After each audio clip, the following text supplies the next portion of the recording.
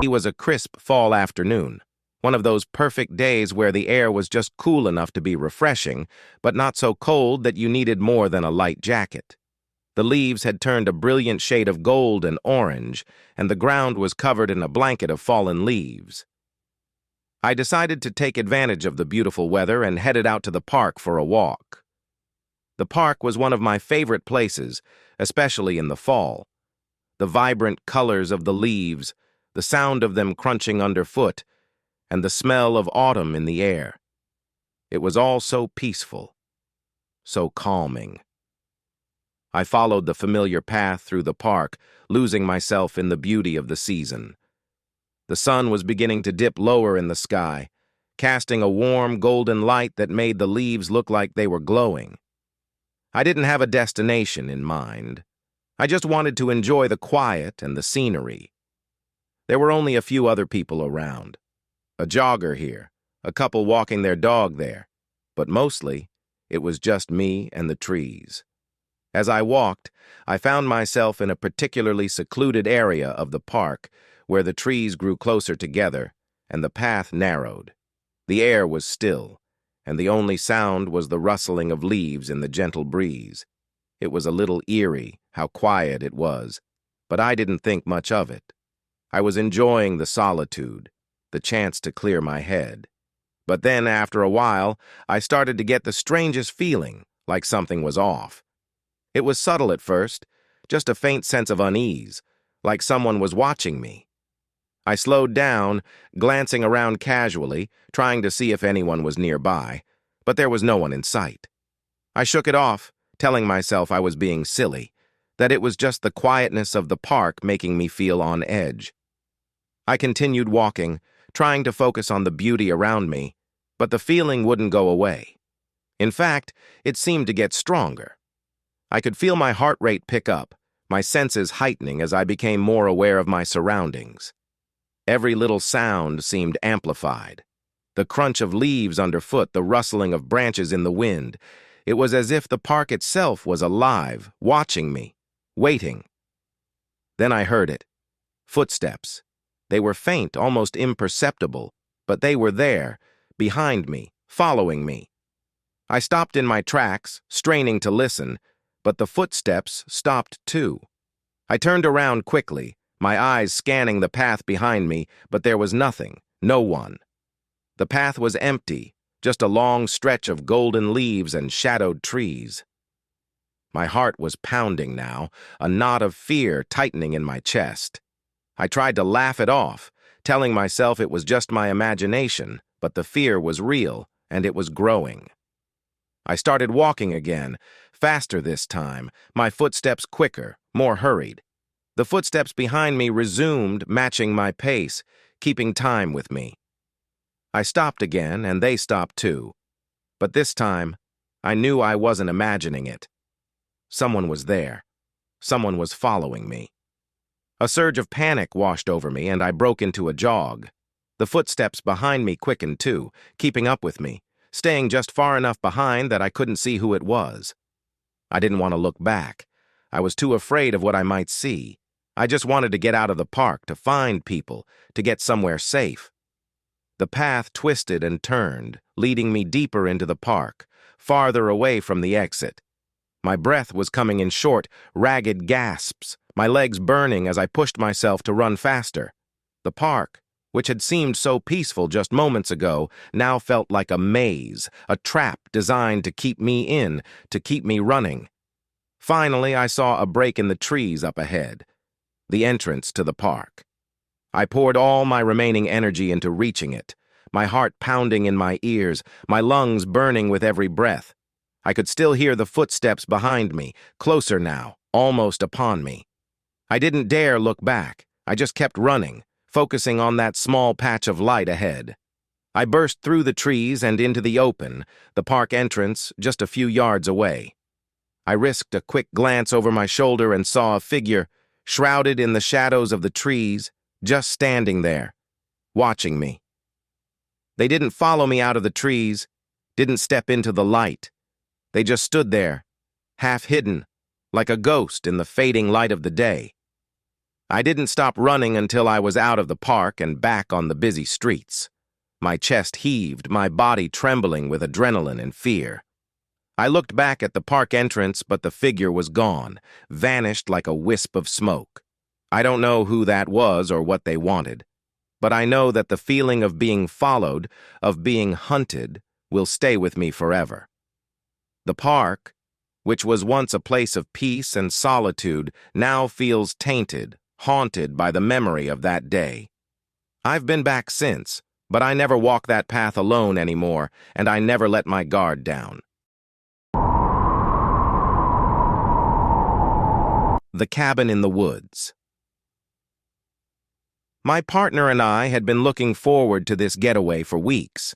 A secluded cabin, just the two of us, surrounded by the vibrant colors of autumn. It seemed like the perfect escape from the stress of everyday life. The drive out there was beautiful, with the leaves turning shades of red, orange, and gold, and by the time we arrived, we were both in high spirits. The cabin was everything we'd hoped for: cozy, charming, and utterly isolated, nestled deep in the woods. On our first night, after a hearty dinner and a glass of wine by the fire, we decided to explore the cabin a bit more. It was an old place, full of character, with creaky floorboards and rustic furnishings. While poking around in one of the bedrooms, we found something odd: a loose floorboard. Curiosity got the better of us, and we pried it up to discover an old, weathered journal tucked underneath. The journal was filled with frantic, disjointed entries written in shaky handwriting. The author described strange happenings in the woods surrounding the cabin, disappearances, ghostly apparitions, and repeated mentions of a mysterious figure known only as the Watcher. At first, we laughed it off, assuming it was some kind of elaborate prank left behind by previous guests. It was creepy, sure, but it felt too cliché to be real. The next morning, we went for a hike to take in the beautiful fall scenery. The air was crisp, the leaves crunched underfoot, and everything seemed perfect. But as we made our way back to the cabin, something caught my eye: footprints in the dirt around the perimeter of the cabin. They were large, much larger than either of ours, and led in a circle around the building, disappearing into the dense forest. I tried to shrug it off, telling myself it was probably just a hunter or a hiker who had wandered by. But the unease in my stomach wouldn't go away. That night, as we sat by the fire, I couldn't shake the feeling that we were being watched. The wind howled outside, carrying with it whispered voices that seemed to surround the cabin. Shadows moved at the edge of the tree line, just out of sight, too quick to be animals, too slow to be branches swaying in the wind. We tried to ignore it, convincing ourselves it was just our imaginations running wild after reading that old journal. But as the night wore on, the noises outside grew louder: footsteps crunching through the leaves, branches snapping, and worst of all, a faint scratching at the door. We both froze, staring at each other in silence, the only sound in the room the crackling of the fire. The scratching continued, slow and deliberate, as if someone, or something, was trying to get in. I mustered up the courage to peek out the window, but all I could see was darkness, the forest so thick it swallowed the light from the cabin. The cozy warmth of the cabin had turned cold and oppressive, and every creak of the floorboards, every gust of wind, felt like a threat. We debated what to do. Should we make a run for the car and drive back to civilization? Or were we safer staying inside? As the scratching grew more insistent, we made our decision. We grabbed the keys, threw on our coats, and bolted for the door. But as we reached the entrance, the doorknob wouldn't budge. It was as if something was holding it from the other side, keeping us trapped inside. Panic set in, and we rushed to the back door, only to find the same thing. It wouldn't open, no matter how hard we pulled. We were trapped, and the realization hit us hard. Whatever was out there didn't want us to leave. The journal's entries flashed through my mind, the words, "The Watcher," echoing like a warning. We spent the rest of the night huddled together in the center of the room, every noise outside sending chills down our spines. The scratching at the door eventually stopped, but the fear didn't go away. It wasn't until the first light of dawn that we dared to move again. When we finally managed to open the door, the footprints had vanished, the woods were eerily silent, and it was as if nothing had happened at all. We left that cabin as fast as we could, not daring to look back. To this day, I can't explain what happened that night, but I do know one thing. I'll never set foot in those woods again. And as for the journal, we left it right where we found it, hidden under the floorboards, a warning for whoever might come after us.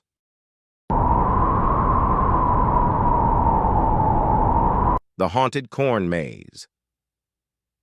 It was supposed to be a fun night out with my coworkers, a chance to unwind after a hectic week. We decided to hit up the local fall festival and check out the corn maze everyone had been raving about. The air was crisp, and the smell of hot cider and roasted nuts filled the air as we made our way to the entrance of the maze. The whole thing was lit up with strings of orange and purple lights, giving it a festive but slightly eerie glow. As soon as we stepped inside, the mood shifted. The corn stalks towered above us, swaying gently in the breeze, and the path ahead seemed to wind on endlessly. We joked around at first, trying to scare each other by hiding and jumping out from behind the stalks. But as we got deeper into the maze, the laughter started to die down. At first, it was just little things, like the scarecrow we passed that seemed to change positions every time we looked back. Must be part of the experience, I thought, but something about it didn't sit right. Then we heard it, a faint, distant cry for help. We stopped in our tracks, straining to listen, but the sound was swallowed by the rustling corn. We called out, but there was no answer, only the eerie echo of our own voices. As we pressed on, the maze seemed to close in on us. The paths became narrower, the corn stalks denser, and the twists and turns more disorienting. We started taking turns that only led us back to where we started, or worse, into dead ends. The lights that had seemed charming now flickered ominously, casting long, dancing shadows across the path. That's when the laughter started. It was distant at first, a high-pitched giggle that seemed to come from nowhere and everywhere at once. We tried to laugh it off, but there was an edge of panic in everyone's voice now. The maze was playing tricks on us, or at least that's what we told ourselves. But as the temperature dropped and the sky grew darker, it became clear that something was very wrong. Footsteps started following us, always just out of sight, shuffling through the corn. We'd stop, holding our breath, but the steps would stop too, as if whoever, or whatever, was out there knew exactly how to keep us on edge. By now, the chill in the air had become bone-deep, and the maze seemed to have taken on a life of its own, guiding us further into its depths. Desperation set in. We tried to retrace our steps, but every path led to another dead end. Every corner brought us face to face with the same twisted scarecrow that seemed to watch us with hollow eyes.